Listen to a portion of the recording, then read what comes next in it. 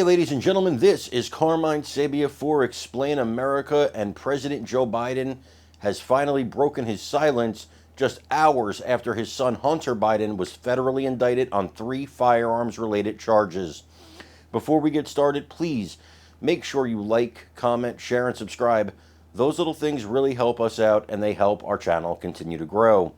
Well, the President of the United States had a speech planned for today, but just hours before his speech, it was learned that Biden, his son Hunter Biden, would be indicted on 3 gun charges related to an application he filled out to own a gun.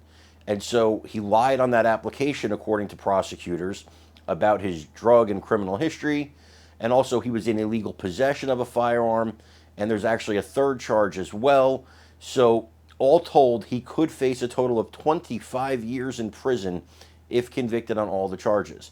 Very unlikely to happen. Very unlikely he would get 25 years.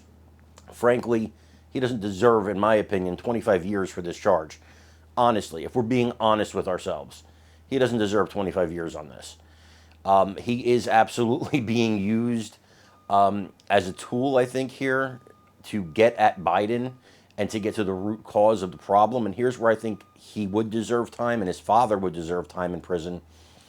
I believe there's a bigger story here, and I think this slap on the wrist indictment on the most minor of the charges is actually a ploy to cover the real story here. That's my opinion. You can agree or disagree. Neil Cavuto actually weighed in on this decision or on the indictment, and he had a statement from Hunter Biden's attorney.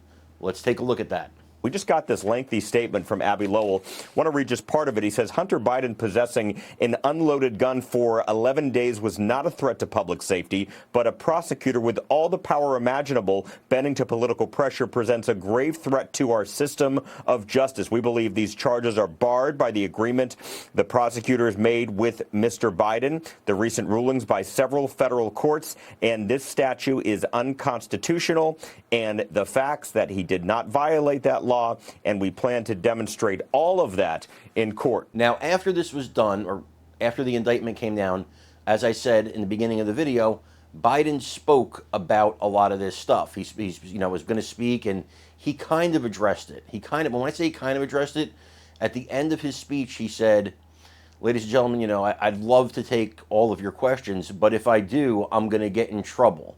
And before that, he said, I know there's a lot that we could talk about. So that was his way of hinting at it and basically saying, I'm not going to take the questions. And as he walked off the stage, looking kind of confused, looking to the left and the right and the left and the right to figure out where he was going. But as he did that, the music, Hail to the Chief, the song, blared very loudly, so as if to prevent questions from being shouted. So I think we're going to have an ignore game for a couple days before we actually hear from President Biden about this. He's going to have to address it at some point. So just stay tuned to us for that when it comes out. In the meantime, please leave your comments on this story, as well as like, share, and subscribe. It really helps us out. I'm Carmine Sabia. This is Explain America. We love you guys. God bless you. Take care, everybody.